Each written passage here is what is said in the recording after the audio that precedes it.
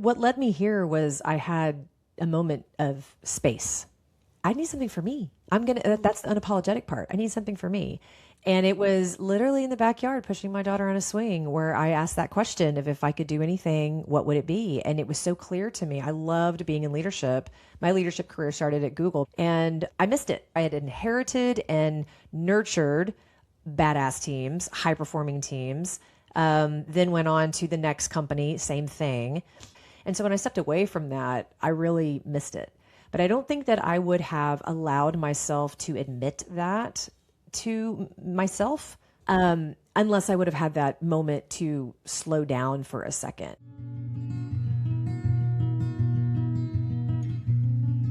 Welcome to A Beautiful Fix. I'm Tracy Hill. Each week we'll dive into the latest thought gem, recharging and reconnecting with what lights you up and makes you feel alive. Let's discover your next beautiful fix together. Hey, real quick before we dive in, you're powerful. And sometimes you just need someone to remind you what's already in you. That's what human design does. It's the difference between guessing and knowing. So you can stop searching outside yourself and start trusting the answers within. I promise you they're there. Grab your free chart at abeautifulfix.com, and when you're ready to go deeper, book a one-to-one session with me. All right, let's get into the episode. I am so excited for today's conversation because we're diving into something I think every woman wrestles with at some point. How do I create a life that feels full without burning out trying to do it all? And today I'm joined by Carrie Fabris, a corporate veteran turned leadership coach, speaker, and the author of All In, a Working Mom's Unapologetic Quest for a Juicy Life. I love that. After 2 decades in leadership roles at companies like Google, Travelocity, and Sabre, Carrie hit a moment of clarity, asking herself, if I could do absolutely anything, what would it be? That question sparked a complete reinvention and led her to launch CareerFrame, a coaching and consulting firm that now supports teams and executives at companies like Appfolio, Boingo Wireless, and Axios. She's known for blending real-world frameworks with the unfiltered truth of what it's like to navigate both boardrooms and bedtime routines. She helps high-achieving women and leaders create sustainable success that's defined by energy, alignment, and joy, not just time and titles. And just to add one more layer, I also peeked into Carrie's human design. She's a 4/6 manifesting generator with sacral authority, which means she's wired to move fast when something feels right in her gut and to inspire her community by experimenting, learning, and then sharing what works. Carrie, welcome to A Beautiful Fix. Thank you so much. What an introduction. Thank you. Your story really inspires me, and I'm excited for today's conversation because it's a little bit of a different angle than what I typically look at. Typically, I have women come on that have been in corporate America and they jumped, or they've built a life kind of outside of it. But what I love, and correct me if I'm wrong, is it feels like you are working with women who are in corporate America and saying you can thrive there. You don't have to make that leap. You don't have to find joy elsewhere. We can work with where you are and help you thrive. Is that correct? That's absolutely correct. Yes. I think that a lot of us women do get stuck in that I can't do it all. And I think we just have to redefine or reframe what do it all means for ourselves. A lot of times we get into comparison with other people. We're on social media and we're like, their life is so perfect. I promise you their life is not perfect. I agree. And it really is about just going all in on you, and only you can define what that means for you. That's right. So yeah, it is. It's been an awesome wild ride that no one is more surprised that I'm on than me. Of working with women and men as well, just in a corporate environment, which I love being in, but I love being that external support that can really say the things that probably need to be said, ask the questions that really need to be asked to help someone really balance their leadership and life. I think that we really can have that balance.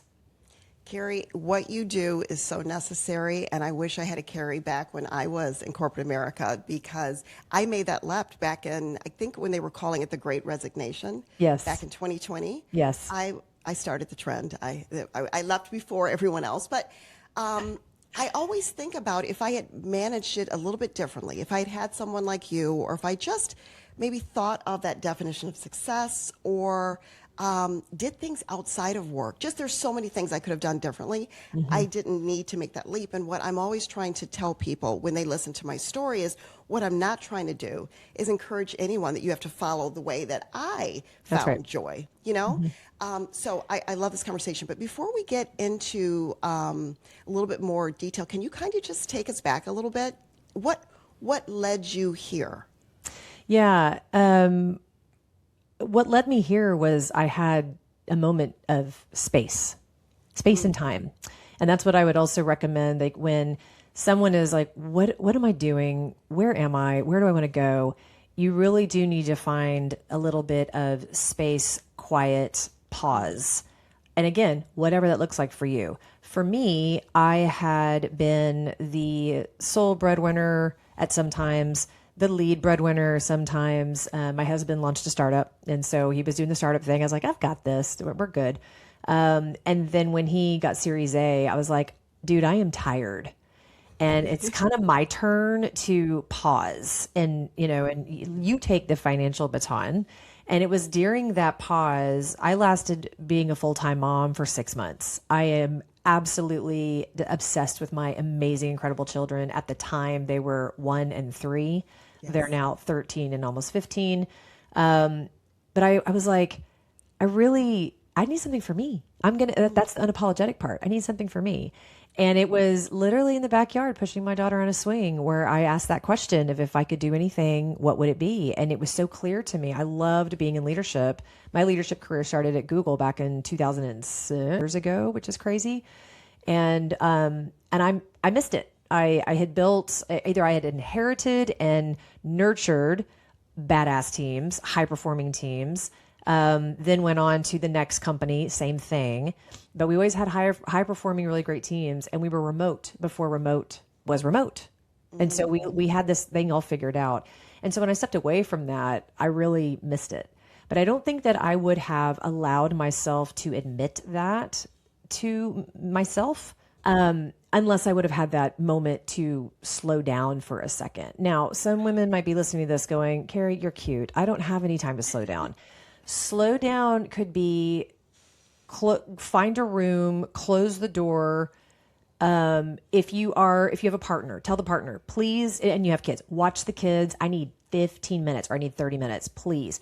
If you're single and you have kids, whenever the kids are not in the house, take your time. If there's a moment where you like, I literally don't have any time without my kids, find someone who can watch them and somewhere where you can go to get that pause. Because I think we need the noise to quiet down for a second. And on that day when I asked that question, it was a day in March. It was beautiful outside, sun was shining, and my daughter's just in the swing, 1 year old, just smiling and laughing, and that was my environment when that revelation happened. Carrie, I love that because I agree. I think that space is so important. And I love that you said we can't all take the same kind of space. We have different situations, environments, but what you can do is you can choose in any moment, what could I do right now? Could it be an hour? Could it be a minute? Could it be breath work? Something to quiet your mind so that you can hear Or go yourself for a speak, go your for soul a speak to walk. you. Yeah, or Go go for a for a walk. walk. And I always Yes. recommend go for a walk without AirPods, like just you Yes. and nature so you can look at the trees, hear the sounds, even just stare at the sidewalk, look up, look at the clouds. Like I do that often. I try to go on 2 walks a day. One is with my dog, and then the other is just me to just Yes. think and feel. And that's the thing too, for all the beautiful thinkers out there. It's, the longest journey you'll ever take is from your head to your heart. But we do have to get in that heart and again, give ourselves permission to do that so we can actually, what does this feel like? I don't care how it Yes. sounds. I don't care what I'm thinking. Like, what do I feel that I really want? And then once you understand the what, the why, the how will show up. Yes. I've also heard that the how's not your business. Just figure out, just go. The universe will help Yeah, you with the how. But totally. there's so many things you said. So, things that I want to make sure that people get is this idea of feeling. Hmm. We sometimes, especially as women, we're labeled as too emotional. Emotions are good. They are Oh, I have so much to indicators. say on that. Yes, okay. I mean, because I want to Yeah. reframe this. Like, it's powerful when you feel emotions. The thing is, you want to be intentional with everything in life.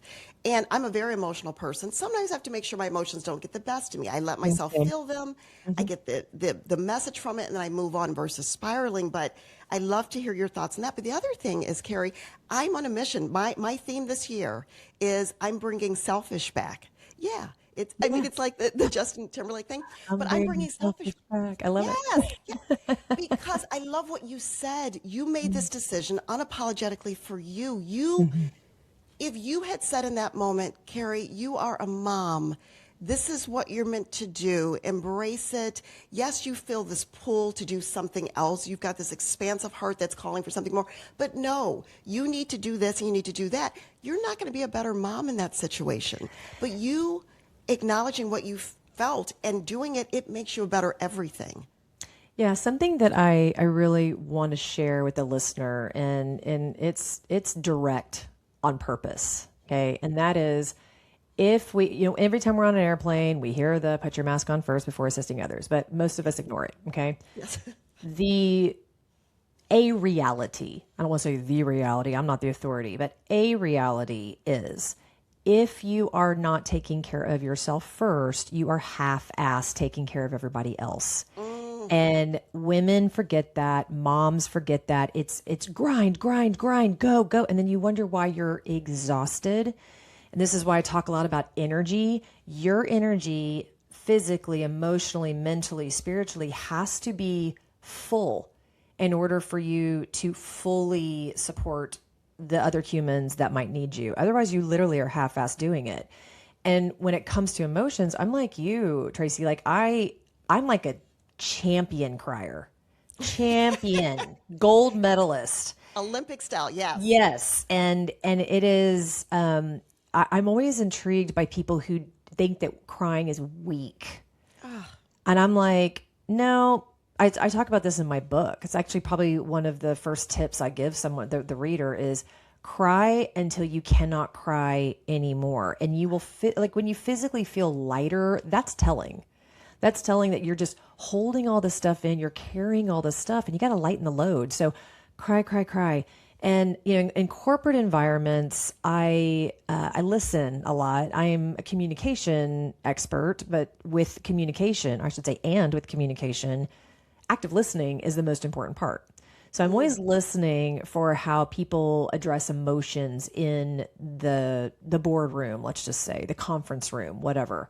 And anytime I hear someone say, okay, we got to remove all emotion from the situation, I literally go, hold up. I put my hands up. mm. I'm like, time out, time out. And I interrupt it. I go, just so we're all on the same page, humans cannot remove all emotion. It is not possible.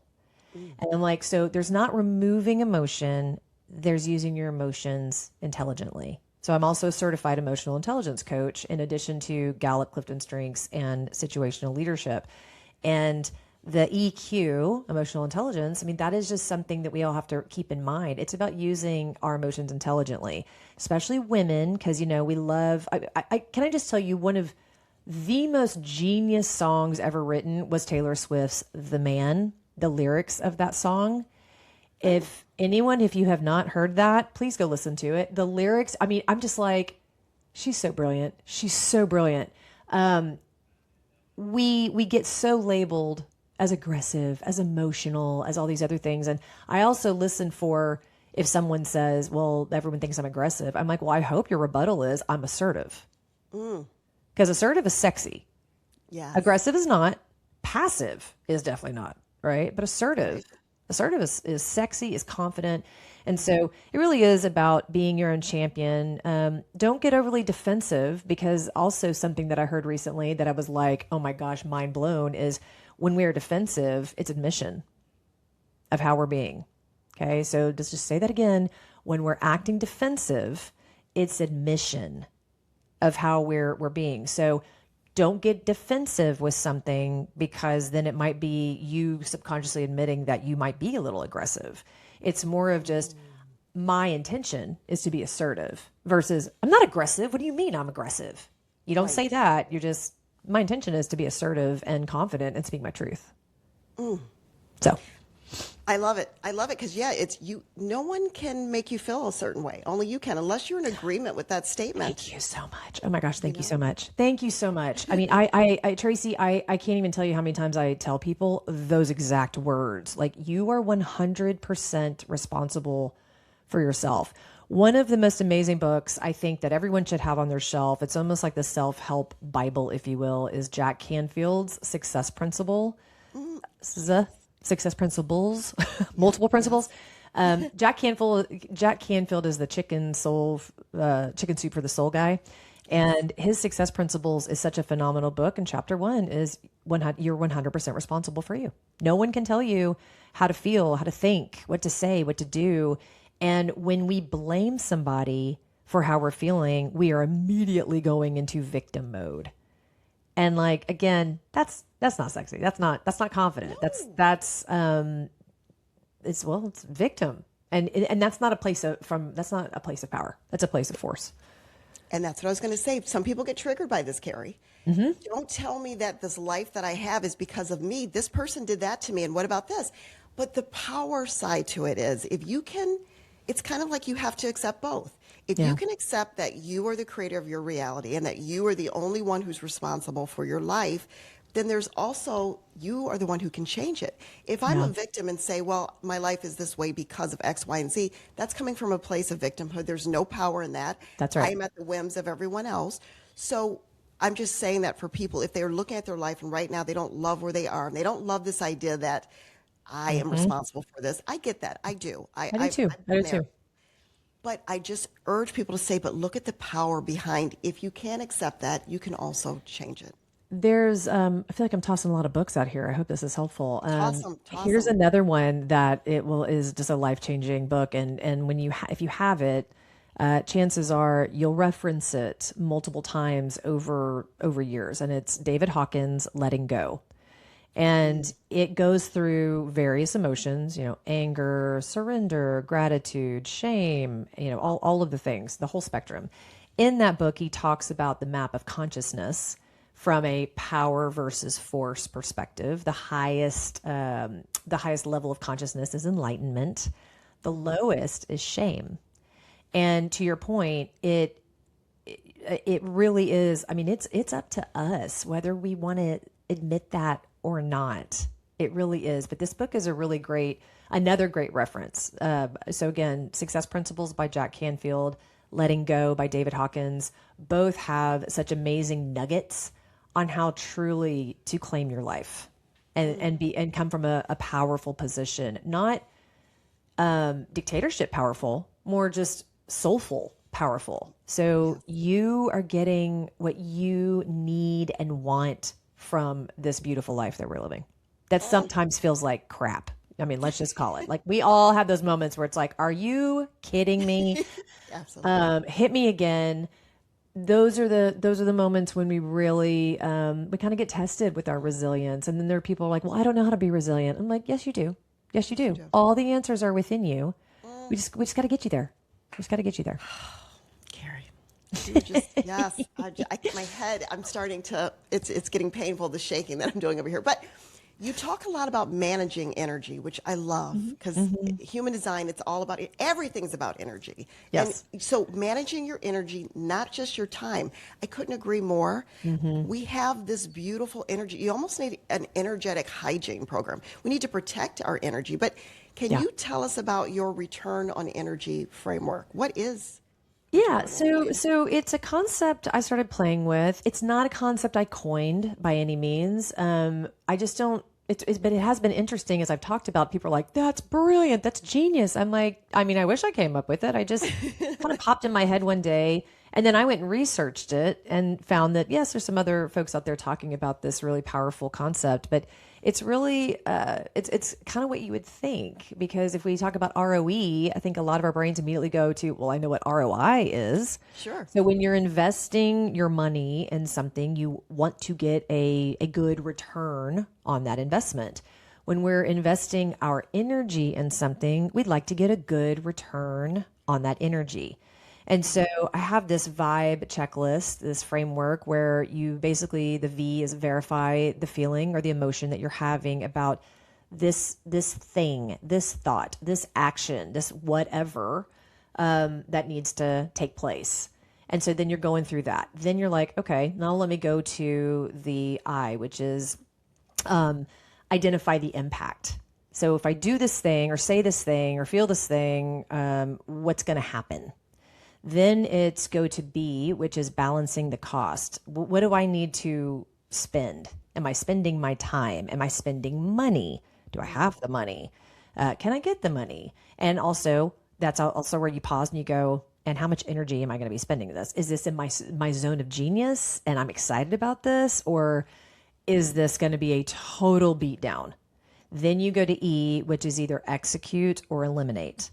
And this is where you got to be real honest with yourself. And there's no gray space. It's a yes or a no. There's no maybe. And then once you get that clarity, then you'll know how to move forward. So that is one framework of how you can manage your energy. Sometimes, you may need to spend a little time thinking about the impact and the balancing the cost, because one example I give are startups, right? It's like someone launches a startup, unless you have the most brilliant idea and get discovered really early, which is very rare. That's what we call unicorns in the startup space.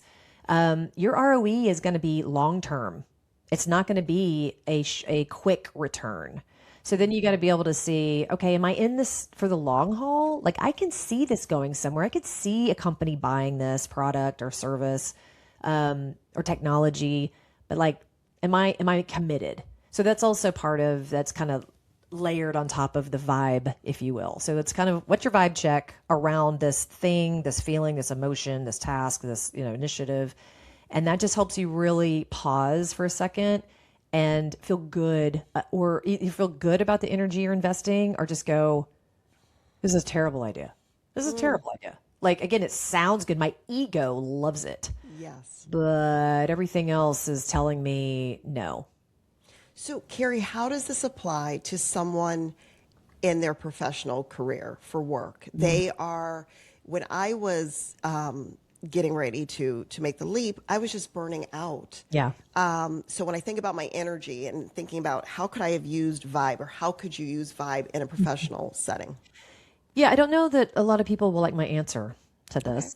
I am passionate about helping people love their careers.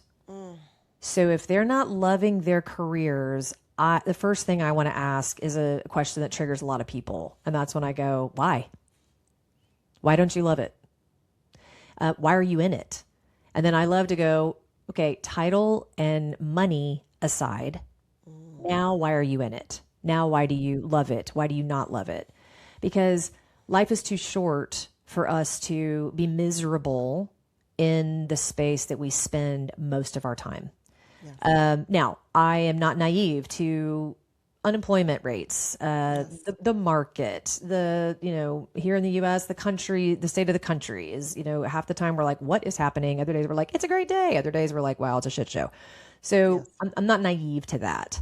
And it's not a black and white answer. It's more of just, I would want to encourage someone to really like go through, do I love what I'm doing? What parts do I enjoy doing? What parts do I not enjoy doing? Am I using my strengths? I mean, I am so geeked out, passionate about Clifton Strengths because it truly, your own self-assessment, you're not lying to yourself about what lights you up. And everything within Clifton Strengths is about energy. from what energetically you do better down to what drains your energy. And so I always tell people, I'm like, if you're frustrated or pissed off, you are either your strengths are probably being blocked and you're not able to use them. Eventually, that is not sustainable. If you really love what you're doing, but there's so much on your plate, this is where I hope you're having a conversation with your leader. And it's why I have all the workload that I do. There's a lot of leaders that don't want to listen and don't care, sadly. But hopefully if you have a leader you can talk to just about managing your time with things and just understanding that most of the time we're not ever going to be caught up. We're only going to be able to get through so much in a day. If you're working 12, 14-hour days, again, not sustainable. So this is where you've got to stand guard to the door of your mind and be able to continue to do great things at work in that corporate environment while also communicating about what you need to succeed, setting some boundaries, making sure that it is the company you want to work for, it's the career that you want to have, and be able to just get done what you can that day. There's this, it's called the Eisenhower matrix, and it's basically a 4-quadrant grid, if you will, around urgent and important. Okay, so you got important on one axis and urgent on the other. A lot of people love to just put everything in the urgent and important category. A heart attack is urgent and important. Something on your to-do list probably is going to be one or the other. There will be those rare cases where something is urgent and important. Oh my gosh, if we don't do this thing by noon tomorrow, we're losing $1 million deal. That's urgent and important. Yes. But if everything is in that urgent and important quadrant, then that is going to lead to burnout and overwhelm. So prioritizing based on that model, you literally can go to Google, type in Eisenhower matrix, click on images, and pick a framework that works for you. They're all similar, just different dialects, if you will. And that's just a good way for people to really prioritize so their energy stays focused, I guess I would say. So, Carrie, I'm working with you and you ask me why. You ask me that question, why? Why don't you love your job? Or if you strip the title and the salary, what if my answer at the end of the day is just, I really just don't enjoy it anymore, but I am the breadwinner, or, I need to work. How would you work with someone from that point where they realize maybe this just isn't the right place for me anymore? Well, I think a couple things. And I certainly have coached people like that. And that's a real thing. That's absolutely a real thing. A lot of people feel like I have no choice. We do have a choice. Sometimes it really feels like we don't. And I would ask that person, okay, so if do you truly, and just answer honestly, do you truly feel like you cannot, it's not a will not, you cannot leave this job? And if they say yes, then I go, okay, then let's back up and let's lay everything out that you're doing and what we have to work with. Then we go into full-on reframe mode. I was with a team yesterday, and I kept hearing the word change, change, change, and their organization gets triggered by change because they haven't had a lot of change. So when they get change, they immediately go to the negative, right? Like, oh my gosh, what's going to happen? What do you mean change? There's just the unknown and the uncertainty.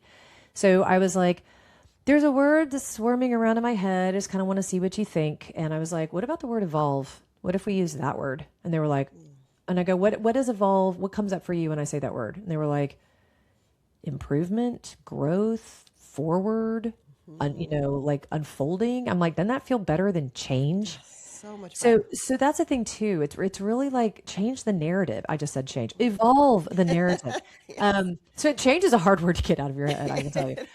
Evolve the narrative, right? Of if you truly feel like you cannot leave, then this is where you're at.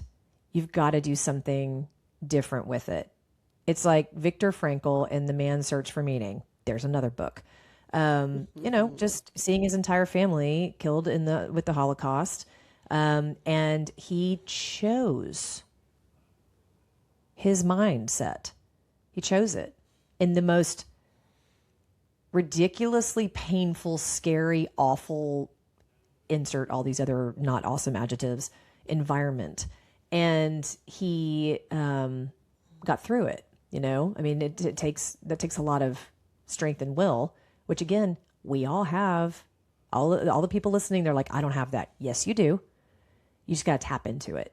So that's what I would do for someone who feels like they truly cannot leave. I would say, well, then how do we reframe it and make it where you can start to enjoy things better? You can, and sometimes it's, you can just be okay if okay is good enough.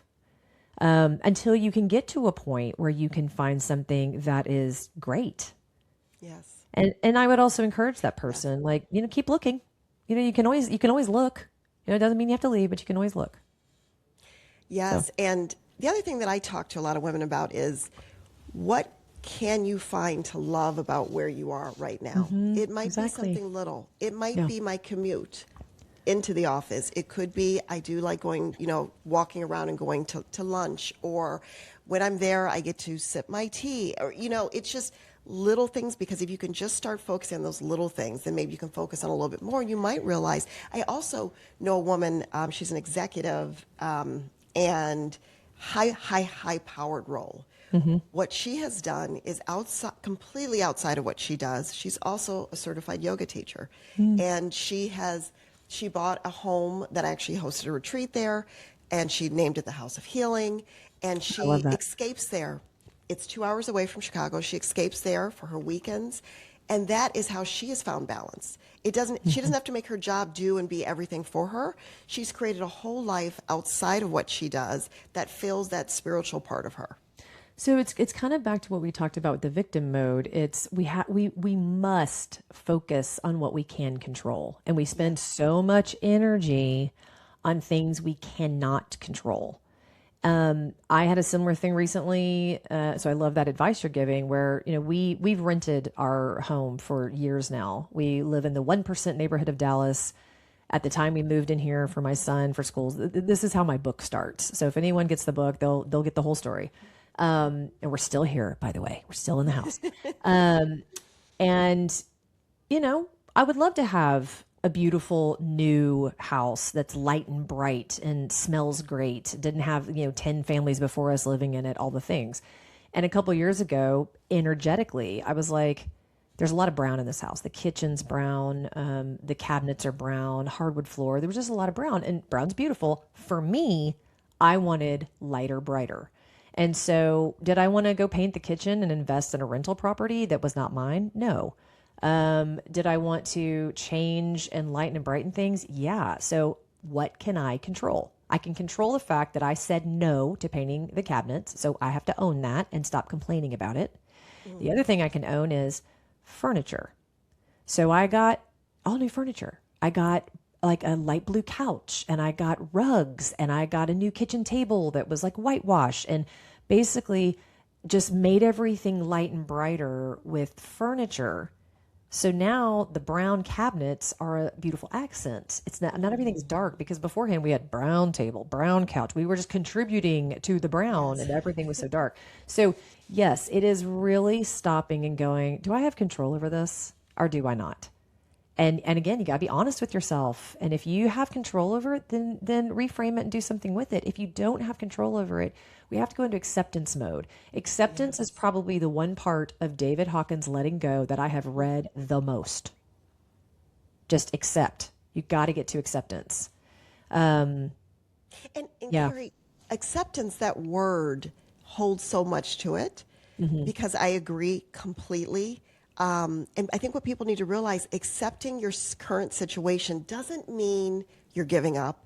It doesn't mean you're throwing the towel in, or that it's permanent, that you even maybe are agreeing. I think people feel like if they say they accept something, that they're throwing their hands up and saying, this is all there is. No, it's just, I think in Buddhism, that's one of the things they talk about. Suffering is just not being able to accept the now. You're just accepting it for now. Totally. And you're finding something maybe positive about it, like you did with the cabinets in your home, for now. And then what happens with that is your world expands, and suddenly maybe you notice something you didn't notice before that you can feel good about or love. Like, it starts to open up new avenues. Totally. Yes. It is, that is beautifully said. I also, like when I did CareerFrame the first time, I failed awesomely. Failed awesomely. And I went back to corporate. And I that was an acceptance moment in time. And in my book, I talk about how I basically had to trade what I knew I was supposed to be doing, but at the time just didn't have the energy to keep selling. I was just like, I just want safety and security. So I need to do what's responsible. And I went back to corporate for 2 years and kicking and screaming and cried all the time. This is not where I'm supposed to be. And then, of course, jumped back into CareerFrame, and then things took off because I did it differently and I did it better. And then I was like, I am so grateful for that corporate job. Like, I wouldn't be here if I had not gone to that corporate job. I had an amazing boss who was so supportive. She knew that this is where I was going to end up. She knew it. So when I resigned, she was like, there it is. There it is. And she was like, go girl, go. And we're still good friends. And so, yeah, like it's, if you do need to do what's responsible, or you do have to pause or pivot, maybe that's what you're supposed to do, because you're not on the right track where you are right now. You've got to pause, you got to pivot in order to get more soul aligned, because you will know when you're on that soul path of what you're supposed to do. The universe is just like, here you go, here you go, here you go. And you're like, wow, everything's just, I'm so attractive. Everything's like, I'm attracting everything. And you're like, why is that happening? It's because you learned and you did the right thing. All of us just have to give ourselves a lot more grace on what we do and how we do it. I love it. And we have to stop labeling things good or bad, which is not easy to do. But sometimes you having to go back to work, you could have looked at that like, oh, this is really, really bad. Well, was it though? You went and you met your boss, and for 2 years you got additional experience and a different point of view. And so it's like my son goes to IU. IU just won the national championship. It's amazing to even hear me say this because I'm not a sports person. So great. These are words that normally don't come. But Fernando Mendoza, the quarterback, his story is simply amazing. The whole IU story is simply amazing. They ended up winning that season 16-0. They were like the most losing list team, I don't even know if that's a word, ever. But the point is, Mendoza, he just beat the team from Miami, and he wasn't accepted into that school. He lived right down the street from them. He could have easily looked at it like, this is bad. I'm going to throw the towel in. Like, this is no good. But he just kept going, found his own path, ended up at IU at the same time that this amazing coach came in, and it turned him into the Heisman Trophy winner. So it's just an example of sometimes when life is feeding you these things. So many examples like that. So many examples like that. My favorite, I mean, you can't really see my shelves, but there's owls all over the place, and I'm a huge Harry Potter fan. That's the 9-year-old little girl in me, loves Harry Potter. And like, I love J.K. Rowling's story. That's another example, right? Of just someone who was, homeless, and now she's her. And we all have our own version of that story. Again, if we can just get out of victim mode and claim our power from a place of just confidence and trusting ourselves. I mean, one of the things, and I am guilty of this, I have to often remind myself, everything's okay. Everything is as it's meant to be right now. Even the stuff that you're like, again, are you kidding me? It's like the universe is like, nope, not kidding. It's all by design, And then we wonder when things start to work out. And then that's why it's the hindsight's 2020, right? It's like, remember when I was freaking out, And so I have to remind myself of that a lot, sadly. But it is just like, you're okay. You're okay. Sometimes you're way better than okay, and you're just being a brat. But it's everything is how it's supposed to be right now. And every second is right now. So it's just, there's a lot of self-coaching that we all need to do, basically. That's it. Yeah. And I will throw in my phrase, everything is always working out for you. Yeah. That's not always an easy one to accept, but when I started to really accept it, I started to believe it. And even if something was looking not great, and I was like, I just kept saying, but Tracy, but everything's always working out for me. And then that would make me just calm down and realize that, I just have to wait to see how this turns out, but everything is always working out for me. But, Carrie, I wanted to talk about, I love reading about your energy audit, which is, it sounds like it's a practical tool to identify energy leaks. Is that the ROE, or is that something different? Yeah, no, that's really the ROE and the vibe checklist. It's really about just seeing where you are energetically and how you're approaching something. We also have a quiz, which I'm not sure if you have that, but if you don't, I can certainly get that to you for your listeners. We have a quiz that kind of goes through.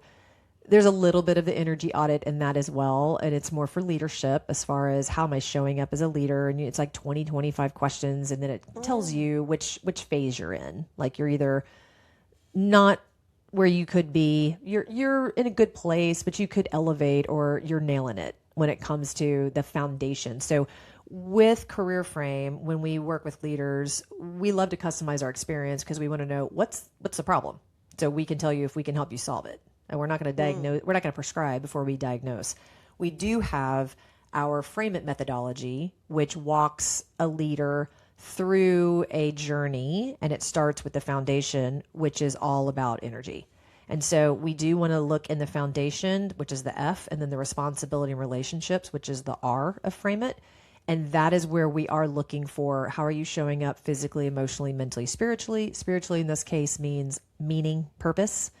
And are there any leaks? So then when we go into responsibility, it's let's look at your calendar. Let's look at your meetings. Let's look at how you're managing your team. Are you the kind of leader who is doing everything for your team because you don't want to give them more work? So you're not delegating?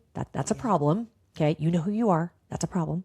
And so in those areas, we will also do that. So the quiz that we have is another good way just to kind of see where am I showing up as a leader. Perfect. Well, we will definitely include that in the show notes. Yeah, great. So in your book, you mention you help women find their juicy. What does juicy mean to you? Oh, Tracy, that word can mean so many things. I thank you for asking that question. In this regard, the juicy part, well, I'll give you a quick little backstory and then I'll tell you what juicy means. My son, Lucas, when he was a little boy, he, would snuggle up to me and like have his face right against me, and he would just smell my cheek, and he would tell me that Mommy, you smell so juicy. And so that was just this whole thing. So we started in our family talking about mama juice. This is mama juice, mama juice. Well, you can take that any way you want also. So I was like, it probably doesn't need to be the name of the book, because people are like, well, what kind of mama juice are we talking about? Is this breast milk? Is this wine? Like, where are we going? And so I was like, but I do love the juicy part. And I did years of Tony Robbins, which again, no one more surprised of doing Tony Robbins than me. But it did change my life, I will tell you. And there's a couple chapters in the book that's all about the Tony work that I did. Literally changed my life. And he talks a lot about juicy. And in this case, it's lively. It's lively. It's amped up. It's bigger. It's better. And so that's what the juicy means in the title of the book. And at the end of every chapter, I give like, here's how you can have a juicy life. Go take a trip by yourself. Go cry until you can't cry anymore. Like things like that. Like I will give at the end of each chapter things that are kind of highlights from that chapter of like, go try this and see if it helps you get that juicy / livelier life. I love it. I want that for all women. To I have do this too. juicy, beautiful life. Our heart wants an expansive life. I feel like our mind, most of us live from the neck up 80% of our lives. Oh, yes. But our heart wants an expansive life. And I think that's where we sometimes get down when we're trying to lead this life from our mind of being responsible and just, I don't need to do that. But your heart is going to keep talking to you. That's why I love the idea that you're saying cry your eyes out, because if you don't do something with those emotions, they don't go away. They're trapped inside. They're going to come out in some form. And usually it'll be like pain in the body. Yes. It's the body keeps a score, and we will have pain in the body. And I went through one of it's a sad chapter, but it's actually my favorite chapter in the book, and it's called "Grief Will Rock You." And there's a little bit of Michael Jackson, a little bit of Freddie Mercury in that chapter, but it's all about my mom who died when I was 9, and grief just kind of comes out of nowhere. And I tell people, this is another thing, and one of the things, like, how do you have a juicy life? When the wave of grief hits you, you must ride the wave. You cannot get in a boat and paddle your ass off to outrun the wave. Like, you have to go through it. I had 2 waves of grief hit me. One, I cried for 8 weeks. One, I cried for 8 months. And at the other one, what I realized is the first wave was I was grieving for the little girl who lost her mom. The longer 8 months was I was grieving for my mother, who was 38 and was losing her life, and she had 2 little girls and all the things. And I was not a mom the first time. I was a mom the second time, and I just was feeling all of her emotions. And you just got to go through it. But I will tell you, I physically felt lighter. And then when I just was done crying, I just didn't cry anymore, but I didn't hold it back. I just was like, there is some shit that needs to come out. Yes. So I just let it out. And I even told my husband, I'm like, listen, just love me. Don't solve. I know what this is. I didn't expect it. I definitely didn't expect Freddie Mercury and Bohemian Rhapsody to launch this. And so now people are going to go read the book and be like, what the heck happened with Freddie Mercury and Carrie's grieving cycle? But I was like, I just hug me, love me. I got to go through this. I think this is about mom. I'm not totally sure. But just let me do it. And I did. And again, you feel so much lighter. So cry. Have you seen the Dane Cook's I can't remember what the special's called, but he has a bit on I Did My Best, and he just talks about like you get to work and you just know I gotta cry. Like you could feel it coming on, you just know. And he goes home to his apartment and he does everything to make himself cry even harder, and he's looking at his face and watch him cry. But it is hilarious, but it's something that I just tell my kids a lot of times, just go Dane Cook it. Like, it's turned into a verb. Yeah. Sometimes you just need that good cry. You just need to and yes to the grief thing. I often tell people when they join this horrible club of losing someone close to them that the only way through it is through it. Exactly like you said, you have to just feel the feel. But there's a little bit of, I lost my father, it'll be 19 years in August. And the most painful thing I've ever gone through. And I cried for him the other night. Like, it's just this dance you do with grief. But I will say, the silver lining, if there is one, is grief teaches you so much gratitude. Oh, yeah. My children just recently lost their grandmother, my father's mom, and watching them go through the pain of losing her, the one thing that I tried to just impress is it shows you how precious this life is, and the people that you look up and see all the time. You realize when it finally knocks on your door that it's temporary. And even though you were grieving her, and it's, there's the finality of death is overwhelming, but you can look around at who is still here and have a completely different perspective, knowing now that it is truly temporary. I love what you said about just the gratitude of it, because yes, we have the grief because we had the pleasure and delight of loving that human. Now, I can absolutely, because after I lost mom, I also lost a boyfriend in high school 5 years later. And then I just kind of shut down. I was like, I can't love anyone because you'll die. So I'm sure there's people listening that are like, yeah, no, I just close my heart so I don't have to feel that pain. And I just want to encourage, anyone who feels like that, being able to love someone is like it's the greatest gift. It's the greatest gift. It is literally the greatest gift we are given on this planet. And so with up, there's down. With loss, there's found. With, death, there's birth. Everything's infinite cycle, right? And the pain really sucks. But if you reframe it and just go, but I'm feeling this pain because I got the joy to love this person and all the memories I have of this person. And I can laugh about certain things that I talked about with this person and then, cry when you need to cry. It's just, it's all so beautifully complex. Yes, I love that. Well, Carrie, before we move into the speed round, is there anything that we haven't covered that you'd like to share or one message you'd like to leave with the women listening right now?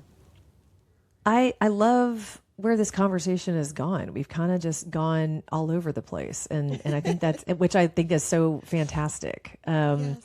I think it's just to recap, it's, you are 100% responsible for yourself. So choose you. Like you said, you're in your selfish era, which is great. Unapologetic, bringing it back. Yes. And I think that a lot of us forget that is completely okay. And a lot of times it's necessary to really put yourself first. I also think sometimes it's good to announce what you're doing, because anyone that is trying to grow, trying to evolve their behavior, shift anything, those around you that are used to you being a certain way are not going to like it. Well, too bad, so sad, right? Yeah. Because you've got to do what you need to do for you. And I think just announce it, because it's owning it. It's just owning how you are and what you're going to do. And it doesn't matter what other people think. It does not matter. It matters what you think about you and how you feel about you. And so I would just want to put that out there as a reminder to everybody. I love that. And when you announce, you're not asking for permission. You're No. just simply announcing. Here's what's Heads happening. Heads up, everybody. This is what's happening. I'm coming through. That's Yeah. exactly right. Yes. Well, Carrie, what makes you come alive? Oh, gosh. I mean, quality time with humans I love, really. Yes. I mean, quality time is my love language. And and just laughing to where I cannot breathe and where my stomach hurts. Yes. And I want to do that more. But when I do get the chance to do that with really great friends, it's the best. Our friends, we've got this really tight group, and we call ourselves Chosen Family. Obviously, my husband and my two kids, we call ourselves the Fab Four. The Fab Four makes me come alive because they're part of that chosen family. So yeah, it's that. It's Carrie. just time with the beautiful humans that light me up. I love it. I literally have a little tear in my eye. A song that instantly shifts your energy or makes you feel something. Yes. I will say it's Calvin Harris and Neo, Let's Go.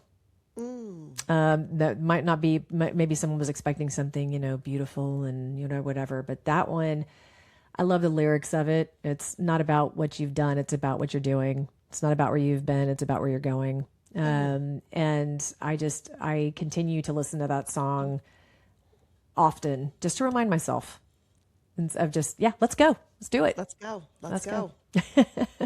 What's a book that cracked you open, and we talked about so many today, or stayed with you long after the last page? Yeah, I'm going to revisit David Hawkins' Letting Go for sure. Because, that is, of all the books, and I've got tons on my bookshelf here, that one I do revisit often. And, of course, my own book, All In. Absolutely. That one, too. Carrie, you've got Letting Go, the book, and the song is Let's Go. All we need to do is add Frozen in there, and then let it go. It's like there's definitely a theme here. Love it. What is your favorite little indulgence or guilty pleasure? Dove chocolate. Ah, with almonds, specifically. Yes. Like I literally have Dove chocolate every day. Oh my God. There's a candy jar that was my mom's. It's down in the living room. It's every day. So yes. And I always left the little messages in there too. In the wrapper. I didn't know that there were. I'm gonna have to go check that out. Yes. Chocolate brings so much joy. It has to be one of the, it's got to be 90% of the answer to that question. Yes. Chocolate. I in some agree. form. It makes the world a better place. What's something you're genuinely curious about right now? Maybe something you're exploring, rethinking, or waking up to? It's not a very sexy answer, but I'm really curious. I mean, I could go down a deep philosophical rabbit hole around where AI is taking us. So, like I said, it's not a sexy answer. But I am, I've got kids who are going to be going into high school next year, a kid going to high school. And I'm like, how is AI going to affect their college journey? How is AI going to affect? Now, I also think that AI is going to work with us. I don't subscribe to the school of thought that it's going to take over. I definitely think that we will be able to work with it if we train it right, and that it will be a complement to what we're doing. But I am very curious and fascinated about where it's going to be. I mean, the thought of having, remember Rosie the robot from the Jetsons? The thought of having my own Rosie the robot kind of blows my mind. I'm kind of excited about it, and it kind of blows my mind. Yes. And it's totally going to be named Rosie. 100%. Yes. So I agree. I embrace AI so much. I just love it. I use it in so many different ways. Yeah. The idea of having it in the form of an actual robot, I'm here for it. I understand the fear behind it, but I think it's like everything in life. It's an amplifier. If you are using it for good, it can do so much good. And then, yes, if you have evil intents, I mean, it's, know. That's right. That's right. Well, what is one thing that reminds you how beautiful life really is? Nature, I would say. It's why I said, like earlier, I try to go on 2 walks a day. And when I do, I am purposely, intentionally looking at trees. And I had the pleasure of going to Costa Rica twice last year and went on this amazing hike to the Celeste waterfall and saw this tree that just stopped me in my tracks. Looked like I was just waiting for the fairies to come out and the little gnomes to come out of their door. It was amazing. But nature reminds me of how things are not linear, how there's always the cycle of death and rebirth, always growth. Again, if you look at a tree, it's just like this, just like arms up to the sky. And I find that very cool. So I just like being around nature and all of its beauty, I would say. I agree. Thank you. Well, Carrie, before we close, I'm trying something new this year. You're actually the first recipient of this. Oh, wow. Yay, me. Yes. At the end of, I've decided that I want to just love on people. So in human design, I'm what they call the vessel of love. Okay. Love of self, love of body, love of humanity, love of spirit. So that's kind of what I'm here to do. It's something that I'm like, I can see where I'm here to work on that, but I just want to love on people. And what's the saying? Be the change that you want to see in the world. Yeah. I want there to be more love. So what I've done is I'm sharing a little love note that's passed along from the last guest. So the last guest, off air, I just asked her, without knowing who's coming on next, because that's kind of the beauty, this is just universal, if she had a tip or a reminder, just some kind of encouragement, something to just carry forward for the next guest. And I wanted to share what she shared with me for you. Perfect. So today's note, it comes from Kim Costa. So she was a former guest, and she's a lifestyle designer and author who helps women create homes and lives that feel aligned with who they truly are. And her message for you, Carrie, it was simple but powerful. It's just don't waste time being something other than who you were made to be. I love that. I will take Simple that. and beautiful. Yes, I Wonderful. love that. Thank you so much. Carrie, before we close out, how can people stay connected with you or learn more about your work? Yes. So I am on LinkedIn.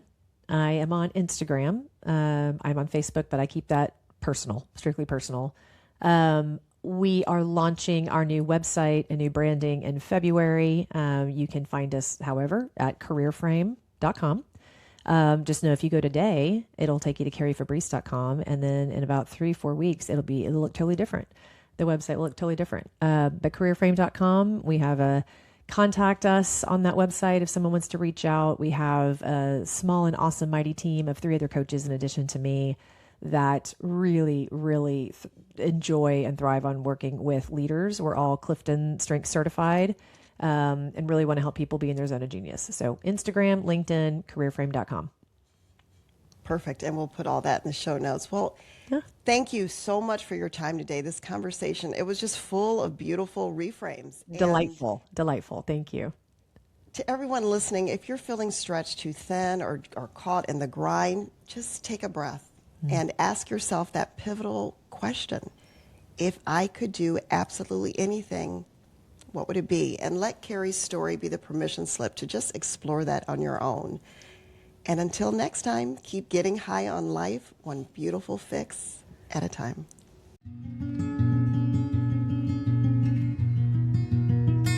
Thanks for listening to A Beautiful Fix. If you enjoyed today's episode, be sure to subscribe and leave a quick review to help others find us.